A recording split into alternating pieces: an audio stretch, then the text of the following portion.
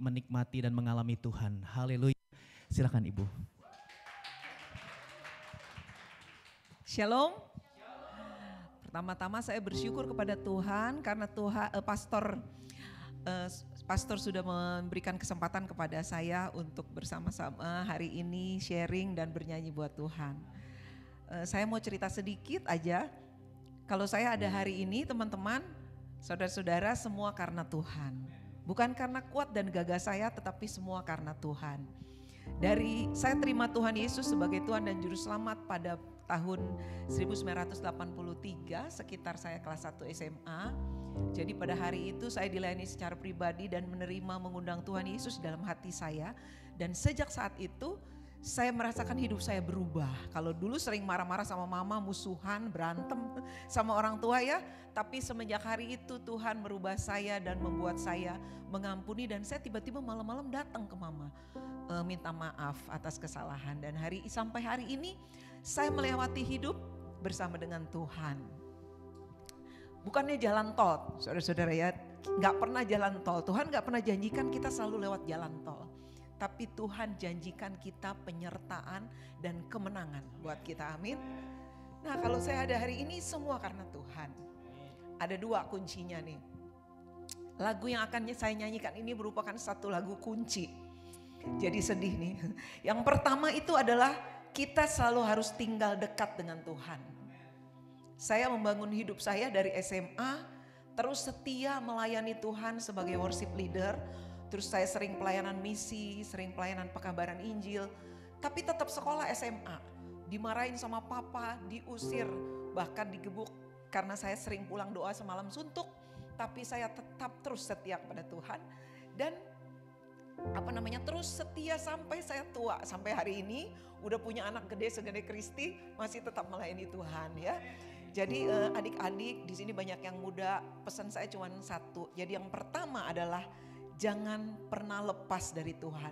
Tinggal selalu dekat dengan Tuhan. Dan yang kedua, pilihlah Tuhan sebagai harta yang paling berharga dalam hidup kita. Pilih dia bagian yang terbaik. Ketika kita bergantung dan memilih Tuhan sebagai yang terbaik, semuanya akan beres ya. Tapi gak jalan tol, sekalipun melewati lembah kelam, tapi kita akan keluar jadi pemenang, amin. Ya teman-teman dan adik-adik yang sekolah di Korea, terus semangat, jangan putus asa. Banyak orang Korea yang bunuh diri ya, tapi kita anak Tuhan akan muncul, akan terbit seperti terang. Dan kita akan menjadi saksi di tengah-tengah Korea ini, amin. Mari kita menyanyikan lagu bersama-sama, saya akan memulainya. Lagu ini lagu yang paling indah buat saya, karena saya menaruh diri saya tetap dekat dengan Tuhan. Dan saya memilih Tuhan sebagai bagian yang terbaik.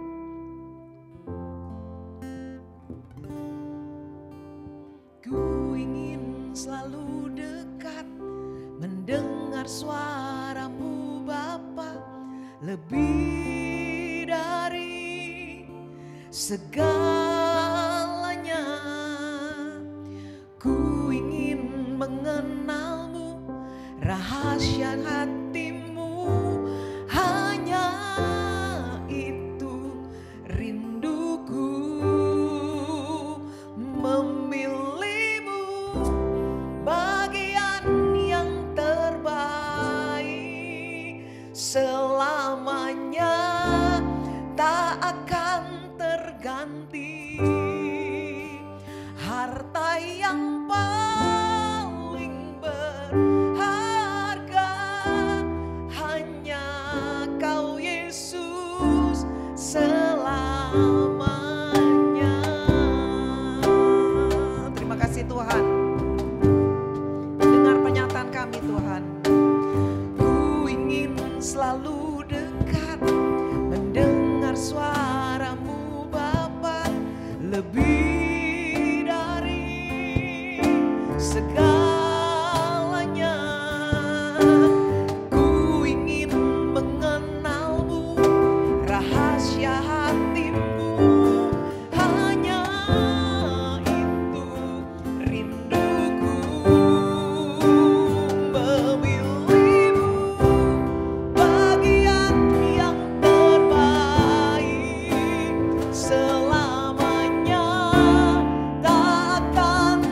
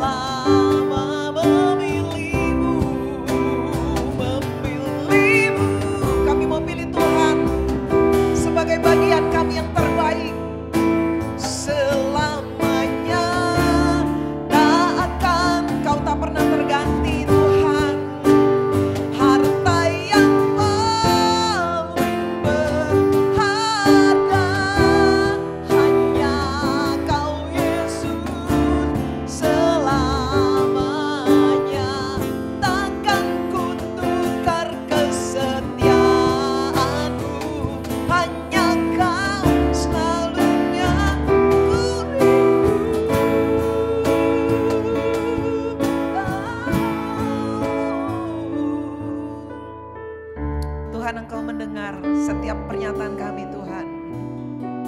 Biarlah kami semua yang di sini memilih Tuhan sebagai bagian hidup kami yang terbaik. Tanpa Tuhan kami tidak ada apa-apanya Tuhan. Hanya denganmu Tuhan kami sanggup melakukan segala perkara. Kami akan menang di dalam setiap kehidupan kami. Terima kasih Tuhan. Mari semuanya nyanyikan lagu ini, katakan memilihmu bagian yang terbaik. Memilihmu bagian yang terbaik, selamanya takkan terganti. Harta yang paling berharga hanya Kau Yesus. Mari kita bersama-sama bangkit berdiri dengan mengangkat kedua belah tangan, kita katakan oh, memilihmu bagian yang terbaik, selamanya takkan terganti. Yes, Jesus. Harta yang paling berharga, harta yang paling berharga, satu yang paling berharga, satu yang paling berharga, hanya Kau Yesus selamanya.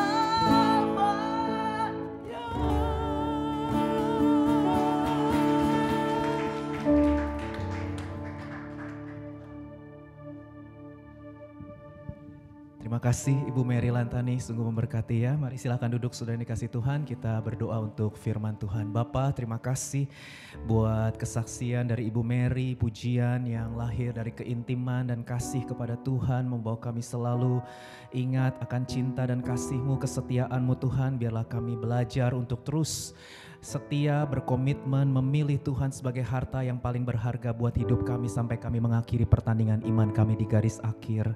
Roh Kudus, tolonglah kami.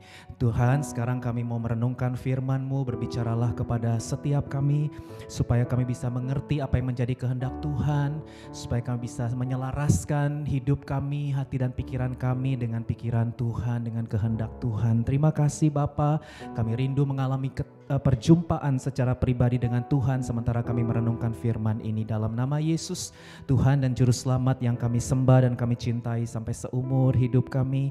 Kami sudah berdoa dan mengucap syukur. Mari setiap orang yang siap merenungkan firman sama-sama katakan amin, amin, haleluya. Puji Tuhan, saudara, kita masuk bulan Februari ya, haleluya. Dan di bulan Februari ini gereja pusat kita Bethany Church Singapura memberikan tema firman Tuhan, kekuatan untuk bangkit dan jadi pemenang ya. Dan sepanjang bulan ini kita akan merenungkan tema ini, firman Tuhan, kekuatan untuk bangkit dan jadi pemenang. Nah saudara, hari ini saya mau menyampaikan firman Tuhan dengan judul respon terhadap firman. Mari kita buka surat Yakobus pasal 1 ayat 21 sampai 25. Saya akan baca ayat 21, saudara 22, demikian kita saling bergantian. Sebab itu buanglah segala sesuatu yang kotor dan kejahatan yang begitu banyak itu, dan terimalah dengan lemah lembut firman yang tertanam di dalam hatimu yang berkuasa menyelamatkan jiwamu. Tetapi hendaklah kamu menjadi pelaku firman dan bukan hanya menjadi pendengar saja, sebab jika tidak demikian kamu menipu diri sendiri. Sebab jika seorang hanya mendengar firman saja dan tidak melakukannya, ia adalah seumpama seorang yang sedang mengamat-amati mukanya yang sebenarnya di depan cermin. Baru saja ia memandang dirinya, ia sudah pergi, atau ia segera lupa bagaimana rupanya. Ayat 25, mari kita baca bersama, 2-3. Tetapi barang siapa meneliti hukum yang sempurna, yaitu hukum yang memerdekakan orang, dan ia bertekun di dalamnya, jadi bukan hanya mendengar untuk melupakannya, tetapi sungguh-sungguh melakukannya, ia akan berbahagia oleh perbuatannya. Amin. Nah, saudara yang dikasihi Tuhan, surat Yakobus, ya, ditulis oleh Rasul Yakobus, mau menjelaskan kepada kita khususnya teks ini bahwa firman Tuhan itu merupakan sesuatu yang sangat penting dalam kehidupan kita sebagai orang percaya. Firman Tuhan merupakan sesuatu yang sangat penting dalam kehidupan kita sebagai orang-orang percaya, sebagai murid-murid Yesus. Tadi di ayat 21b dikatakan bahwa firman itu berkuasa menyelamatkan jiwa. Katakan, firman berkuasa menyelamatkan jiwa. 2, 3. Firman berkuasa menyelamatkan jiwa. Bilang kanan kiri, firman berkuasa menyelamatkan jiwamu. Amin. Dan jiwaku. Firman Tuhan sangat penting. Kenapa sangat penting? Karena firman Tuhan berkuasa menyelamatkan jiwa saudara dan saya secara sempurna. Katakan amin. Nah, saudara, kata menyelamatkan di sini, saudara ya, kata menyelamatkan ini bukan hanya berbicara keselamatan di awal ketika kita menerima Yesus sebagai Tuhan dan Juru Selamat, memberi diri dibaptis, ya, bukan. Tetapi kata menyelamatkan di sini itu berbicara mengenai keselamatan di sepanjang hidup kita sebagai orang-orang percaya sampai kita bertemu muka dengan Tuhan yang kita nggak tahu kapan waktunya dan setiap kita beda-beda waktunya, ya. Bisa hari ini, bisa bulan depan, tahun depan, atau masih lama, kita tidak pernah tahu. Tapi yang jelas Tuhan pasti datang. Itu sebabnya keselamatan merupakan sesuatu yang sangat penting. Amin, saudara. Ya, sampai kita berjumpa dengan Tuhan, pastikan kita semua bertemu muka dengan Sang Juru Selamat kita Yesus Kristus. Itu sebabnya penting sekali firman Tuhan dalam kehidupan kita sebagai orang-orang percaya, supaya kita mengalami keselamatan itu secara utuh dan sempurna. Ya, ada 3 paket keselamatan yang saya sering share, ya, bicara tentang keselamatan yang utuh dan sempurna. Itu bicara justification, pembenaran, bicara sanctification, pengudusan, dan bicara glorification, pemuliaan. Pembenaran, pengudusan, dan pemuliaan. Pembenaran terjadi kapan? Pada saat kita terima Tuhan Yesus sebagai Tuhan dan Juru Selamat. Saat itu juga kita menerima status sebagai orang-orang benar karena dibenarkan oleh pengorbanan Yesus. Kita benar karena iman kepada Yesus. Tapi bukan berhenti sampai di situ saja. Tuhan akan mendewasakan kita. Tuhan akan menguduskan kita. Itu yang disebut dengan progressive sanctification. Kita akan terus diubah seperti tadi kesaksian Ibu Mary. Terus menerus mengalami pembaharuan. Amin. Sampai kapan? Sampai glorification, pemuliaan, sampai Tuhan Yesus datang mengangkat kita, ya, dan mengubah tubuh kita ini dengan tubuh kebangkitan, tubuh kemuliaan, dan kita akan bersatu bersama dengan Tuhan selama-lamanya dalam kekekalan. Saudara, ini yang sedang kita terus nantikan dalam hidup ini. Biarlah semakin hari hidup kita semakin diperbaharui serupa dengan Yesus. Amin. Nah, oleh karena itu firman Tuhan sangat penting buat hidup kita untuk mengalami semua itu. Nah, saudara dikasih Tuhan, hari ini saya mau menyampaikan 2 cara gimana nih respon supaya kita bisa mengalami firman yang berkuasa menyelamatkan jiwa, ya. 2 cara atau 2 respon untuk kita bisa mengalami firman yang berkuasa menyelamatkan jiwa kita. Yang pertama adalah kita harus menerima firman. Katakan menerima firman. 2, 3. Menerima firman. Saudara, dikatakan di ayat 21, sebab itu buanglah segala sesuatu yang kotor dan kejahatan yang begitu banyak itu. Dan, baca bersama yuk, 2, 3. Terimalah dengan lemah lembut firman yang tertanam di dalam hatimu yang berkuasa menyelamatkan jiwamu. Saudara, dikatakan dalam terjemahan bahasa Inggris, receive with meekness, ya, the implanted word which is able to save your souls. Nah, saudara dikasih Tuhan, ini adalah cara pertama untuk kita bisa mengalami firman yang berkuasa menyelamatkan jiwa kita. Kita harus menerima dengan lemah lembut. Katakan lemah lembut. Menerima dengan lemah lembut firman yang tertanam di dalam hati. Nah, saudara, kata firman yang tertanam di dalam hati ini berbicara firman yang kita dengar. Jadi saudara harus dengar firman Tuhan. Firman yang tertanam di dalam hati itu adalah firman yang kita baca. Jadi kita harus baca firman Tuhan setiap hari. Firman yang tertanam di dalam hati berbicara mengenai firman yang kita ketahui, yang kita simpan di dalam hati. Jadi kita juga harus hafal saudara ayat-ayat firman Tuhan, halo. Supaya itu tersimpan di dalam hati kita. Nah sudah dikatakan terimalah dengan lemah lembut firman yang kita dengar, yang kita baca, yang kita ketahui dan yang kita simpan di dalam hati. Nah kata lemah lembut ini menarik saudara ya, kata lemah lembut itu dalam bahasa aslinya kata Yunani yang digunakan itu adalah praos. Praos itu digunakan untuk binatang buas yang sudah dijinakkan. Itu analogi yang dipakai dari kata praos atau lemah lembut, binatang buas ya. Biasanya analogi yang mereka pakai itu adalah kuda liar yang buas, yang ganas, yang suka membangkang, yang suka melawan, yang suka memberontak begitu ya. Tetapi akhirnya bisa ditaklukkan oleh sang pelatih gitu, sehingga kuda itu menjadi kuda yang nurut, kuda yang tunduk dan taat pada kendali pelatihnya. Itu analogi yang dipakai untuk kata lemah lembut saudara. Dan ini sebuah kata yang penting saudara, menerima dengan lemah lembut firman Tuhan itu berbicara mengenai sikap hati. Katakan sikap hati. Sikap hati yang mau tunduk dan taat kepada firman Tuhan. Dan memang itu bukan sesuatu yang mudah. Karena pada dasarnya semua manusia berdosa dan natur dosa itu selalu maunya membangkang, melawan, memberontak kepada Tuhan ya.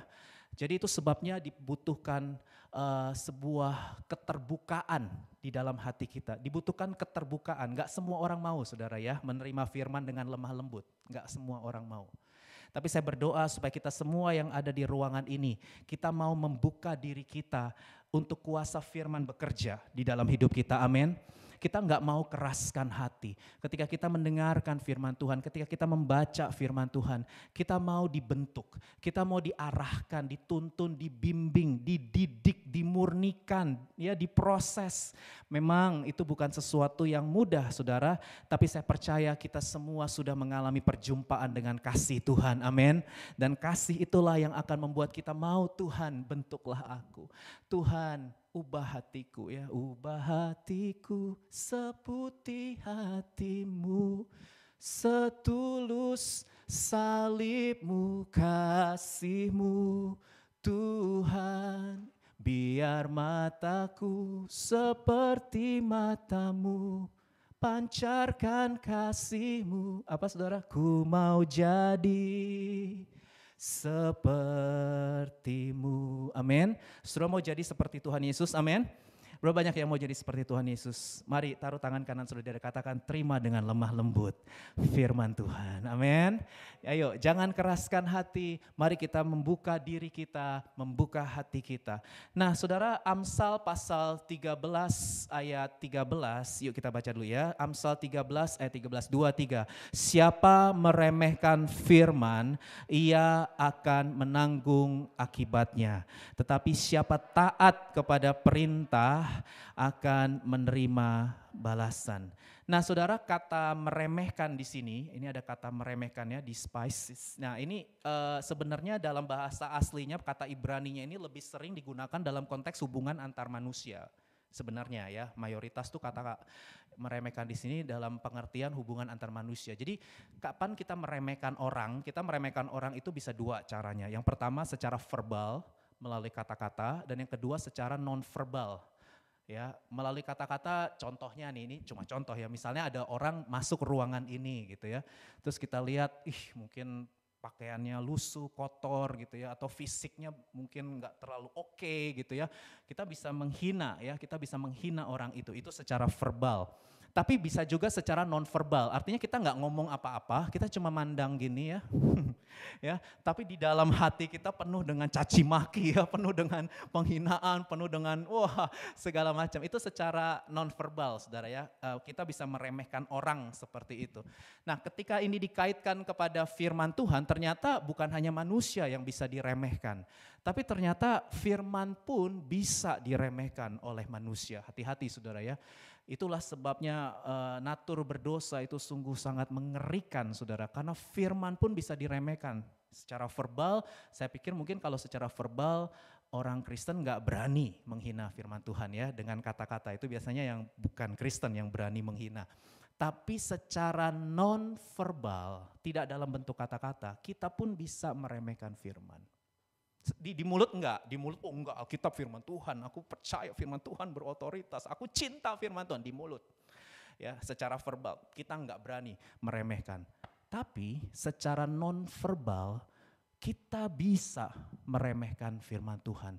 Kapan kita meremehkan firman Tuhan? Ketika kita mengabaikan firman Tuhan. Ketika kita enggak peduli dengan firman Tuhan, ketika kita enggak punya keinginan untuk membaca firman Tuhan setiap hari, enggak punya keinginan untuk membaca firman Tuhan setiap hari, itu juga merupakan sebuah bentuk meremehkan firman.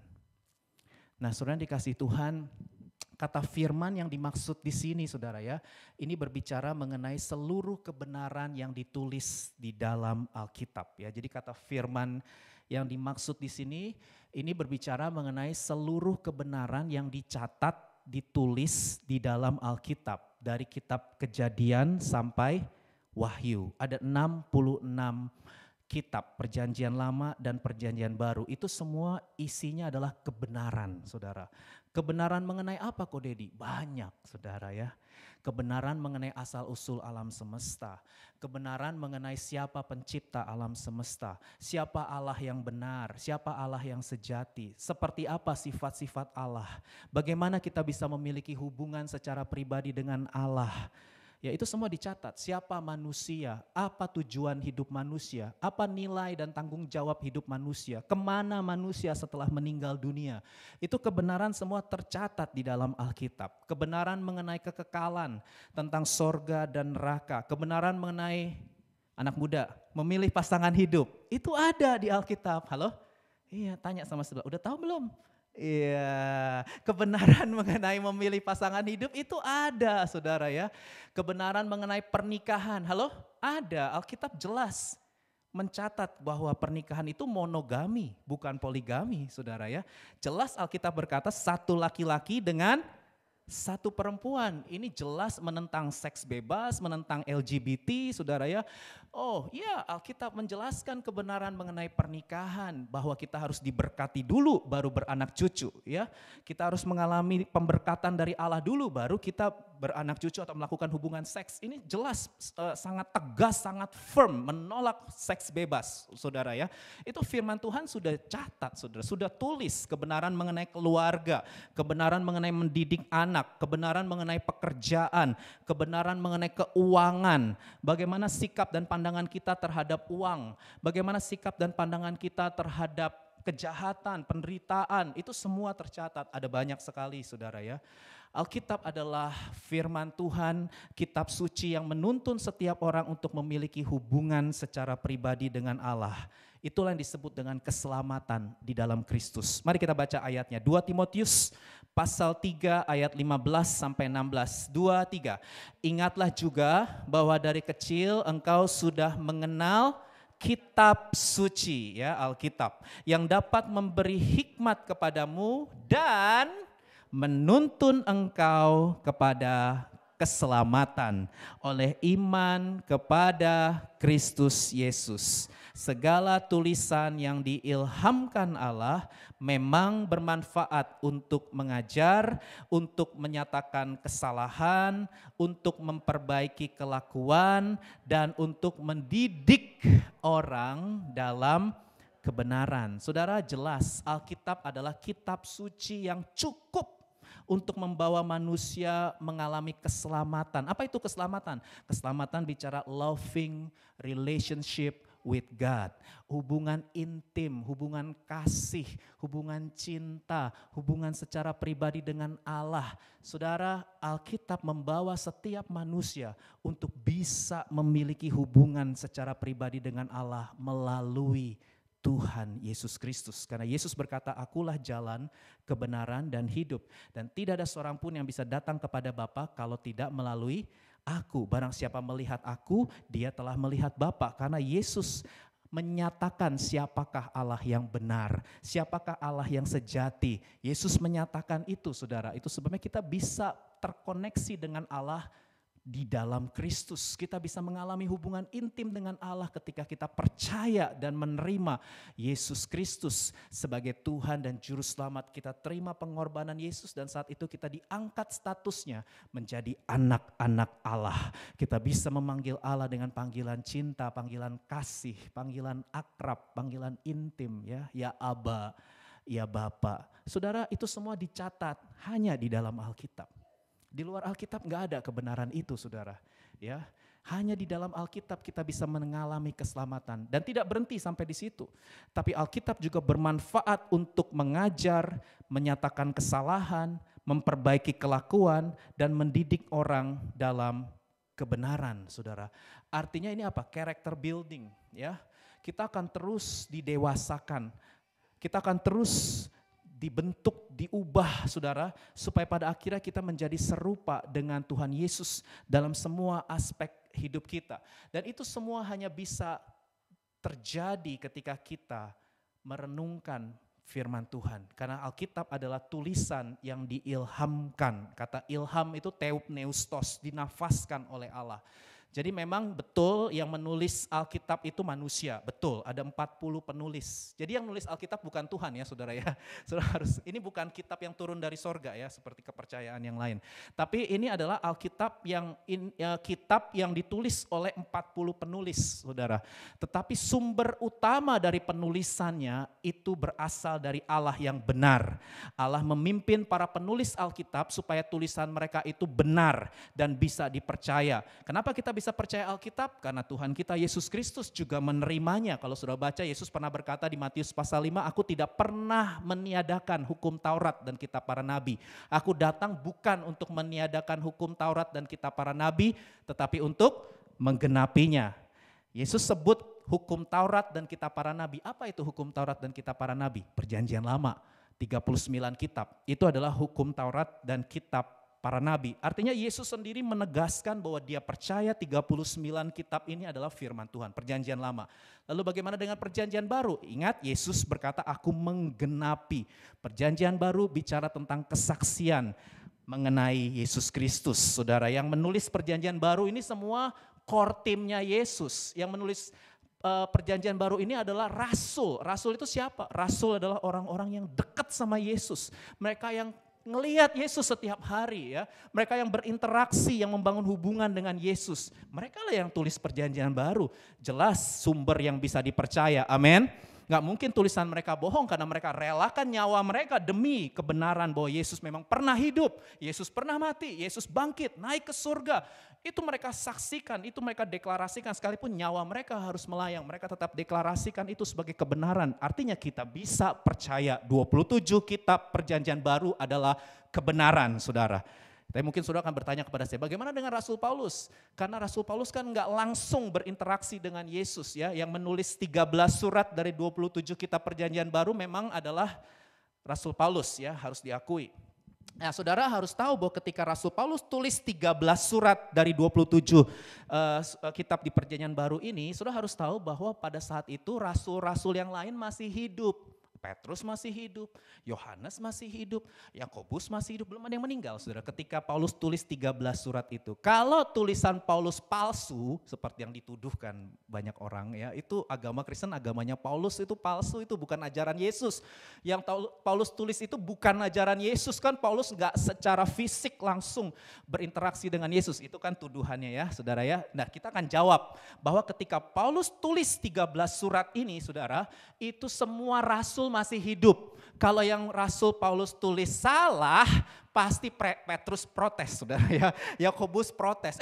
Tuhan Yesus nggak pernah ngajarin gitu, ngawur kamu, ngaco kamu Paulus gitu, saudara ya. Karena semua masih hidup ketika Paulus tulis 13 surat itu. Dan tidak ada satupun rasul yang membantah. Itu artinya tulisan Paulus juga adalah kebenaran ajaran Tuhan kita Yesus Kristus. Amin. Dari sini secara praktis ya kita bisa meyakini Alkitab 66 kitab ini adalah tulisan yang diilhamkan oleh Allah ya, dan itu sangat bermanfaat untuk mengubah karakter kita. Saudara ada sebuah quotes yang berkata Bible itu basic instruction before leaving the earth ya. Jadi mempersiapkan kita untuk kekekalan saudara ya. Karena memang kita adalah manusia yang diciptakan untuk kekekalan ya. Tetapi saudara harus tahu bahwa di dalam kekekalan ada dua pilihan, yaitu kehidupan kekal atau kematian kekal. Saya berdoa kita semua menerima dan terus mengalami kehidupan yang kekal. Amin. Itu sebabnya jangan meremehkan firman saudara. Karena berbahaya sekali kalau kita meremehkan firman ya. Saya catat, kalau orang meremehkan firman akan terima akibatnya. Akibatnya apa? Macam-macam. Kita bisa terikat dengan dosa. Orang yang meremehkan firman hidupnya rusak, nggak punya damai sejahtera, membuang-buang waktu. Hidupnya sia-sia, nggak punya pengharapan. Orang yang meremehkan firman bisa salah milih pasangan hidup. Pernikahan jadi neraka di dunia, saudara ya. Karena harus bersama dengan dia sampai maut memisahkan, saudara. Itu semua jangan main-main, tidak ada perceraian di dalam kebenaran firman Tuhan. Allah menentang, Allah membenci perceraian ya. Harus setia sampai maut memisahkan. Itu sebabnya jangan salah pilih pasangan. Kalau sudah meremehkan firman, sudah bisa salah dan itu berakibat fatal. Dan yang paling fatal kalau kita meremehkan firman, kita bisa tidak mendapatkan hidup kekal ya, kita nggak mendapatkan relasi cinta dengan Tuhan. Itu sebabnya mari kita terima dengan lemah lembut setiap firman yang tertanam di dalam hati kita. Amin. Bacalah Alkitab setiap hari. Bilang kanan kiri, baca Alkitab setiap hari. Jangan meremehkan firman Tuhan. Itu yang pertama saudara ya. Yang kedua, yang terakhir, bagaimana caranya untuk kita bisa mengalami firman Tuhan yang berkuasa menyelamatkan jiwa? Yang kedua adalah kita harus melakukan firman Tuhan. Katakan melakukan firman. Kita harus menjadi pelaku firman dan bukan hanya menjadi pendengar saja. Yuk kita baca ayat 22 sampai 24. 23, tetapi hendaklah kamu menjadi pelaku firman dan bukan hanya pendengar saja. Sebab jika tidak demikian, kamu menipu diri sendiri. Sebab jika seorang hanya mendengar firman saja dan tidak melakukannya, ia adalah seumpama seorang yang sedang mengamat-ngamati mukanya yang sebenarnya di depan cermin. Baru saja ia memandang dirinya, udah pergi dan lupa bagaimana rupanya. Waduh. Nah, saudara dikasih Tuhan, di ayat 23 sampai 24 ini metafora ya, ini analogi. Rasul Yakobus ya. Rasul Yakobus itu ngomong gini, orang yang nggak mau melakukan firman, itu analogi yang dia pakai seumpama orang yang sedang berkaca di depan cermin, itu ada cermin ya. Sedang berkaca, sedang mengamat-ngamati mukanya. Halo, setiap hari kita bercermin ya. Iya kan? Ya. Ini ya Rasul Yakobus tulis gini saudara, ada loh orang begitu katanya. Abis dia mengamat-ngamati mukanya, dia pergi. Terus dia lupa bagaimana mukanya saudara. Apakah dia mengalami amnesia? Hilang ingatan? Ini lupa di sini apakah memory problem? Atau apa saudara ya, ini menarik kalau didiskusikan di Cool sebenarnya. Makanya saudara ikut Cool setiap Rabu, amin. Ya, biar setiap pertanyaan ya, setiap pergumulan saudara itu ada yang doakan, ada yang memberi nasihat, ada yang kasih semangat gitu ya. Saudara, saya ajak kita semua ikut Cool. Nah, mungkin nanti bisa didiskusikan ya, ini memory problem apakah ya, kok dia habis lihat mukanya kok dia lupa. Kalau kita kan nggak lupa dong. Halo, betul gak sih? Ada yang lupa dengan wajah yang barusan dilihat di kaca? Enggak mungkin. Kita pasti ingat dengan wajah yang barusan kita lihat di depan cermin. Halo, betul? Tapi orang ini lupa dengan wajahnya, saudara.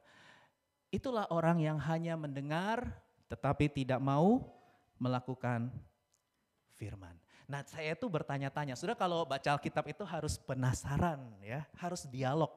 Ya, jadi jangan cuma baca, dialog. Ini orang kenapa ya? Habis lihat wajahnya di depan cermin kok dia lupa sama wajahnya gitu ya. Aduh, apakah dia amnesia? Enggak, saudara. Saya yakin dia enggak amnesia ya. Dia enggak hilang ingatan, saudara. Tapi ini ada sebuah pelajaran penting yang bisa kita pelajari, saudara. Kalau saya sih dapatnya 2 ya. Nanti mungkin di Cool bisa lebih banyak ya yang menjawab ya. Tapi kalau saya dapatnya 2. Ada 2 kemungkinan kenapa orang ini habis lihat wajahnya di depan cermin bisa lupa sama wajahnya saudara.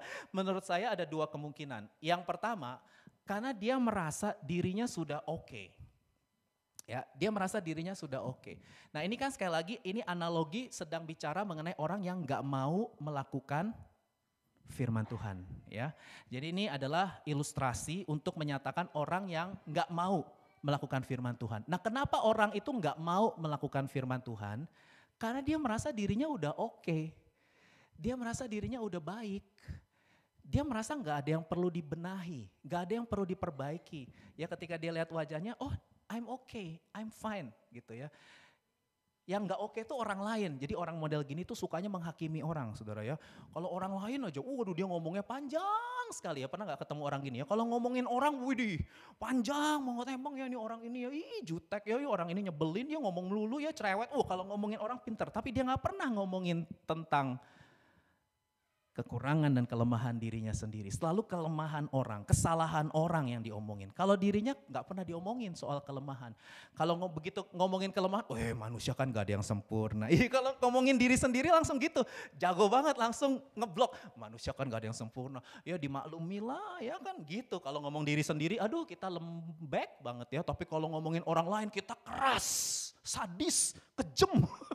Ya, kita bisa bully orang begitu orang melakukan kesalahan. Waduh, tapi bukan di sini. Halo, di sini semua adalah orang-orang yang mau melakukan penilaian diri. Amin. Ya, di sana sini banyak saudara ya. Yesus bilang orang yang menghakimi itu seperti orang yang apa? Melihat selumbar di mata orang. Selumbar itu titik kecil diurusin, orang lain diurusin terus ya. Tapi ada balok di dalam matanya, dia gak pernah urusin saudara ya. Saya berdoa tidak ada orang seperti itu di tempat ini. Marilah kita jadi orang-orang yang terus melakukan self-examination.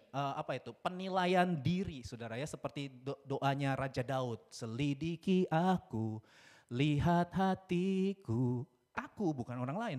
Apakah ku sungguh mengasihimu Yesus. Tuhan ujilah aku. Ada lagunya kan, ujilah aku Tuhan, cobalah aku Tuhan, selidiki batinku dan hatiku. Bukannya batinnya orang lain, batinku dan hatiku, mataku tertuju padamu. Saudara, kalau saudara cinta sama Tuhan, maka saudara akan mau terus membuka hati saudara. Tuhan, apalagi Tuhan yang masih belum berkenan, ubah Tuhan, ambil Tuhan, supaya aku terus berkenan di hadapan-Mu Tuhan. Itu kemungkinan yang pertama saudara ya. Orang yang gak mau melakukan firman itu orang yang merasa dirinya sudah oke. Dan Yakobus bilang orang seperti itu adalah orang yang menipu diri sendiri. Artinya dia dibutakan oleh realita tentang keadaan diri yang sebenarnya saudara ya. Orang yang menipu diri sendiri ya itu tadi, orang yang merasa dirinya sudah baik, sudah beres, padahal kenyataannya atau realitanya tidak demikian. Itu yang pertama kemungkinannya. Kenapa orang gak mau melakukan firman? Karena dia merasa dirinya sudah oke. Gak ada yang perlu diubah, gak ada yang perlu diperbaiki. Padahal realitanya gak demikian. Yang kedua saudara, kenapa orang gak mau melakukan firman? Yang kedua menurut saya sih, karena ada prioritas lain yang lebih penting. Ya, karena ada prioritas lain yang lebih penting. Hidup ini mengenai prioritas. Prioritas itu apa sih? Prioritas itu adalah urut-urutan kepentingan. Dan setiap kita itu punya prioritas yang kita duluin, yang urgent buat hidup kita, yang kita kejar gitu. Tiap kita tuh punya saudara ya. Setiap orang itu punya prioritas. Nah kenapa ada orang gak mau melakukan firman? Karena memang firman Tuhan bukan prioritas hidupnya. Atau dia menganggap bahwa firman Tuhan itu gak penting. Sama seperti dia lihat wajahnya itu dia segera lupakan. Kenapa dia lupakan? Karena buat dia itu gak prioritas. Gak penting. Cermin firman itu gak penting buat hidupku.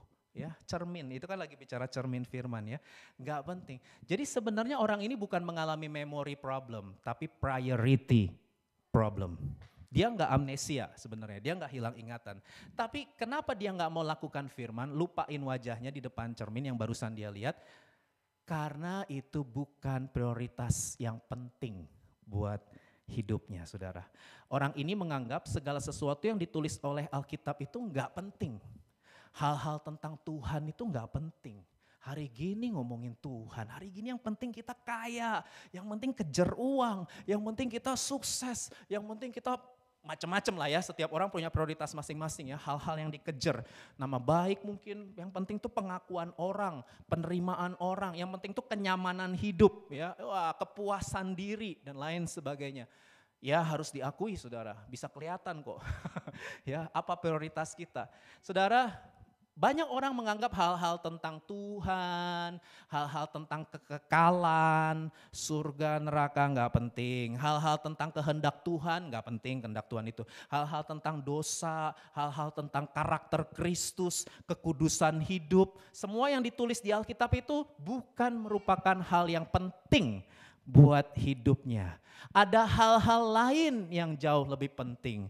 Ada hal-hal lain yang jauh lebih dia utamakan daripada perintah Tuhan, ajaran Tuhan dan kehendak Tuhan. Itu sebabnya orang ini enggak pernah mau melakukan firman Tuhan. Dia cuma dengar tapi dia enggak pernah mau lakukan. Karena buat dia enggak penting.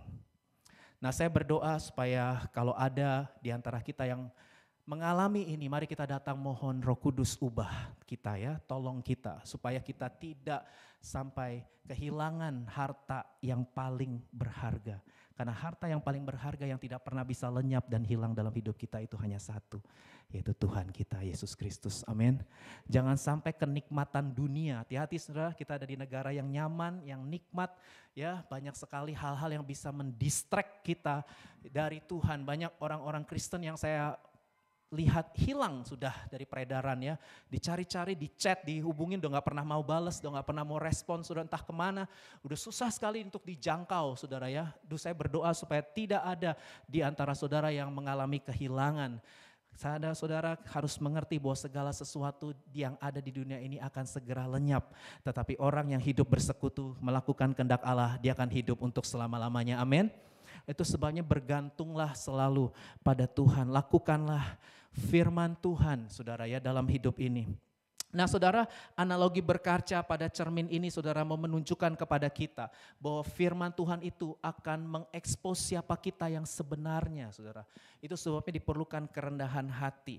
Nah saudara dikasih Tuhan di ayat 25, nah ini adalah kesimpulan terakhir dari Yakobus ya ketika dia menulis narasi ini saudara ya, ini kesimpulannya dia bilangkan begini, barang siapa meneliti hukum yang sempurna, yaitu hukum yang memerdekakan orang dan ia bertekun di dalamnya. Jadi bukan hanya menjadi pendengar lalu melupakan, tetapi sungguh-sungguh melakukannya. Ia akan berbahagia oleh perbuatannya. Amin. Saudara, ada dua kata kunci yang menjadi kesimpulan Rasul Yakobus ya. Yang pertama adalah bertekun. Yang pertama adalah meneliti dan yang kedua adalah bertekun. Katakan meneliti dan bertekun, 2, 3.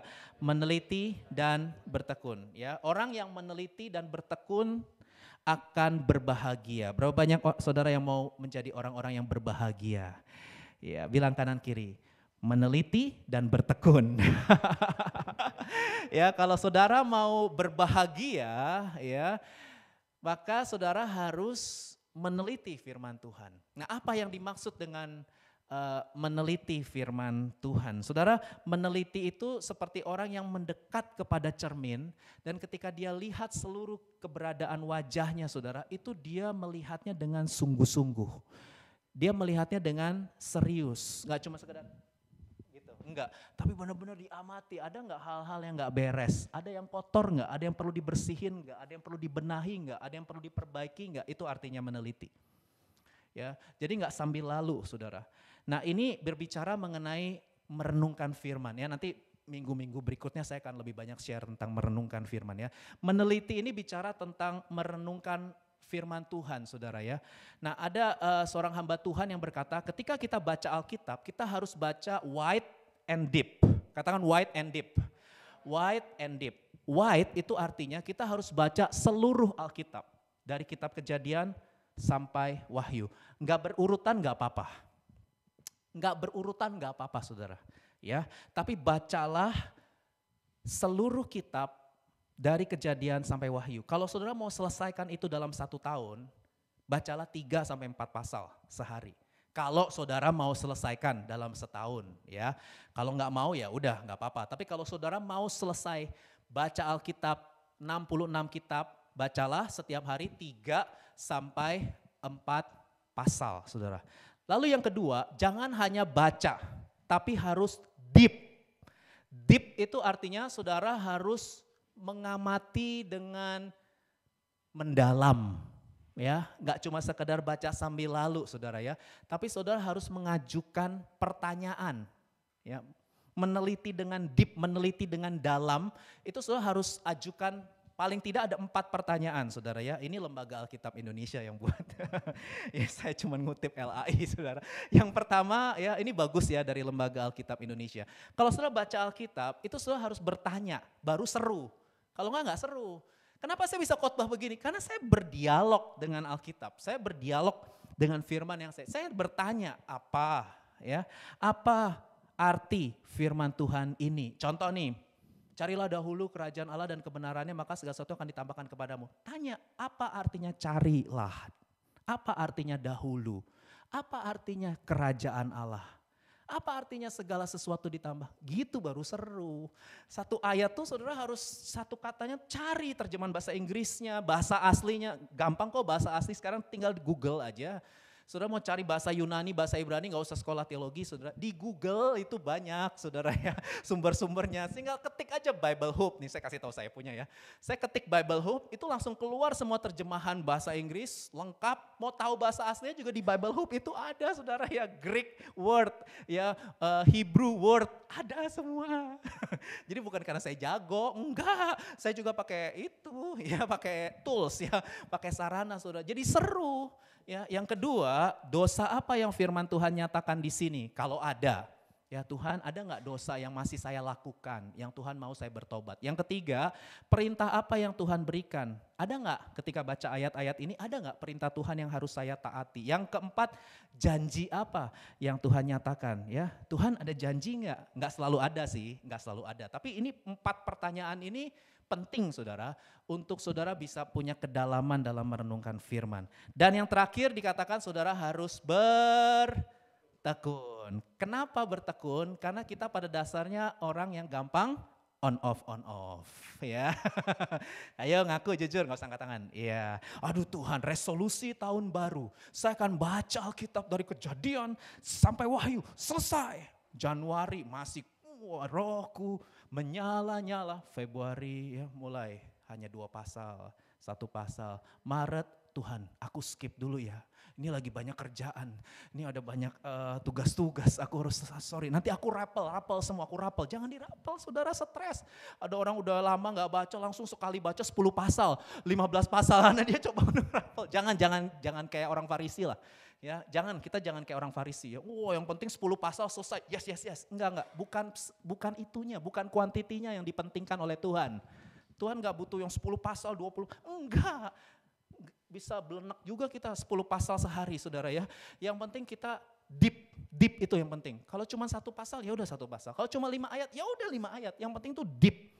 Ya, yang penting dalam. Saudara tuh bisa terima nutrisi rohani dari firman Tuhan. Itu yang penting saudara ya. Nah bertekun itu yang memang kita harus minta pertolongan Roh Kudus ya. Karena kita gampang sekali on off ya, kayak pohon Natal ya. Biar pet ya, kita sering begitu tuh ya, termasuk yang ngomong ya. Ya jadi saya juga terus minta kekuatan dari Roh Kudus supaya saya bisa komitmen dan setia seumur hidup saya sampai Tuhan Yesus panggil saya saudara ya. Ya sampai Tuhan Yesus panggil saya, mau bertekun selalu sampai Tuhan Yesus panggil saya. Jangan hanya merenungkan firman kalau lagi ada masalah. Kalau ada masalah baca Alkitab, Tuhan berbicaralah terhadap masalahku ini. Begitu masalahnya selesai, bye-bye Tuhan. Ya, jadi saudara keintimannya reaktif. Keintiman reaktif tahu gak? Keintiman yang digerakkan oleh masalah. Kalau ada masalah, waduh itu reaktif tuh. Ya, kita gak boleh punya keintiman yang reaktif saudara. Kita harus level up dong, naik kelas. Keintiman kita harus keintiman yang otomatis. Artinya ada masalah, gak ada masalah otomatis Tuhan. Karena firman-Mu itu kesukaan hatiku. Firman-Mu itu kan surat cinta Tuhan buat aku. Aku mau tahu surat cinta Tuhan. Tulisan-tulisan yang diilhamkan oleh Tuhan. Isi hati Tuhan ada di Alkitab. Kehendak Tuhan ada di Alkitab. Kita berdoa itu kita bicara sama Tuhan. Tapi kita perlu renungkan firman. Karena ketika kita merenungkan firman, Tuhan yang berbicara kepada kita, saudara. Dan terakhir dikatakan orang yang meneliti dan bertekun dia akan berbahagia oleh perbuatannya. Perbuatannya ini apa? Bukan perbuatan baik ya. Perbuatan ini adalah perbuatan terhadap firman Tuhan. Perbuatan terhadap firman Tuhan. Yaitu orang yang berbahagia adalah orang yang memperlakukan firman Tuhan dengan meneliti dan bertekun. Kalau baca Alkitab harus sesuai konteks ya. Jadi konteksnya itu kan meneliti dan bertekun. Jadi orang yang berbahagia adalah orang yang meneliti dan bertekun. Nah, kata kebahagiaan di sini definisinya bukan kebahagiaan kalau aku mencapai ini, mendapatkan ini, wah aku bahagia, aku senang, itu temporary ya. Bukan itu kata bahagia yang dipakai di ayat ini saudara ya. Oh kalau dapat pacar happy, kalau nilai A happy, setelah itu happy-nya hilang ya. Dan kembali lagi, lesu lagi saudara, ntar happy, ntar lesu, ntar happy, ntar lesu, bukan begitu.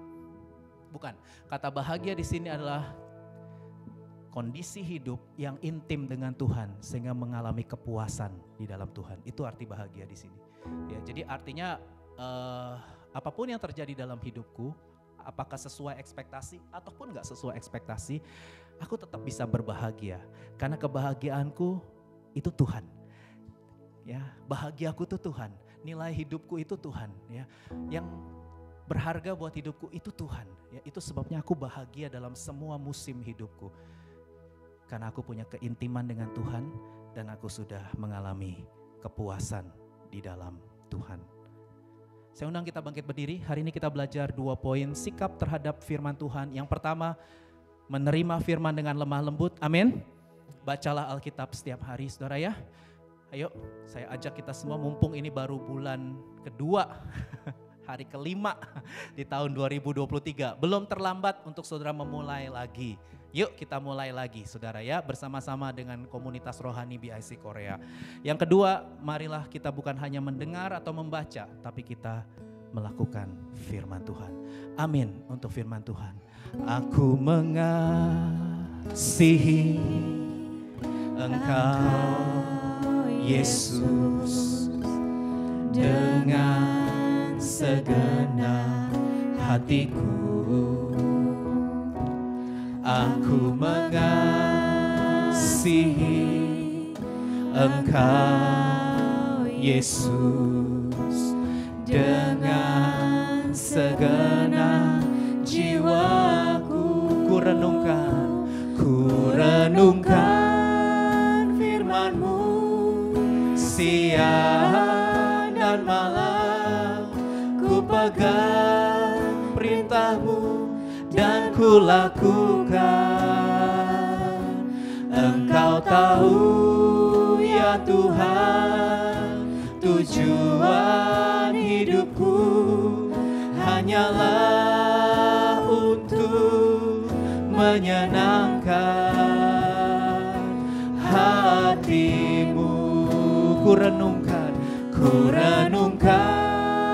firman-Mu siang dan malam. Ku pegang perintah-Mu dan ku lakukan. Engkau tahu ya Tuhan, tujuan hidupku hanyalah untuk menyenangkan hati-Mu. Bapa, Engkau yang tahu isi hati kami, Engkau yang mengerti kedalaman hidup kami. Tuhan, kami mengakui kerapuhan kami mengakui kami bukan orang yang benar-benar bisa setia selalu dan senantiasa Tuhan. Kami mengakui itu Tuhan di hadapan-Mu. Tapi hari ini firman-Mu kembali mengingatkan kami Tuhan, untuk kami kembali ke hati-Mu Tuhan. Kami gak mau hidup kami menyimpang ke kanan atau ke kiri, karena kami berasal dari Tuhan. Dan hidup kami untuk kemuliaan nama Tuhan. Hidup kami untuk menyenangkan hati Tuhan. Terima kasih karena Tuhan sudah berbicara, mengingatkan setiap kami betapa pentingnya firman Tuhan sebagai makanan rohani. Untuk hidup kami bisa kenal isi hati Tuhan, bisa tahu apa yang menjadi kehendak Tuhan. Kami mohon Roh Kudus menolong kami, memberikan kami anugerah untuk kami bisa menerima firman dengan lemah lembut, dan kami melakukan firman sampai Tuhan memanggil kami boleh menjadi orang-orang yang setia. Tuhan, kami berdoa supaya Roh-Mu kembali membangkitkan gairah dan semangat umat-Mu yang hadir di ruangan ini Tuhan. Biarlah kami kembali lagi Tuhan memiliki api itu, roh yang menyala-nyala, hati yang berkobar-kobar, hati yang lapar dan haus akan Tuhan. Kami mau memiliki itu dalam hidup kami. Ya Roh Kudus, tolong bantu kami, tolong kami ya Roh Kudus, supaya kami punya hati yang selalu rindu, yang intim dengan Tuhan. Dan biarlah kami boleh menjadi orang-orang yang terus menyenangkan dan memuliakan nama Tuhan. Terima kasih Bapa untuk firman-Mu di hari ini. Biarlah Roh Kudus terus menolong kami semua.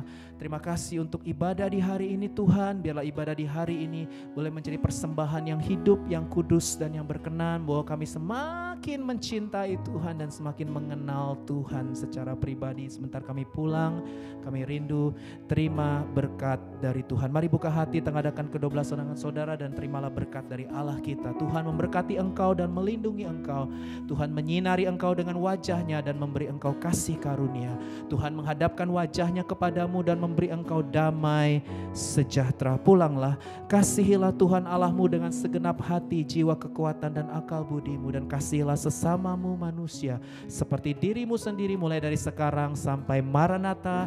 Tuhan Yesus datang kembali menjemput kita selama-lamanya. Dalam nama Yesus, semua orang yang siap bangkit jadi pemenang sama-sama katakan amin.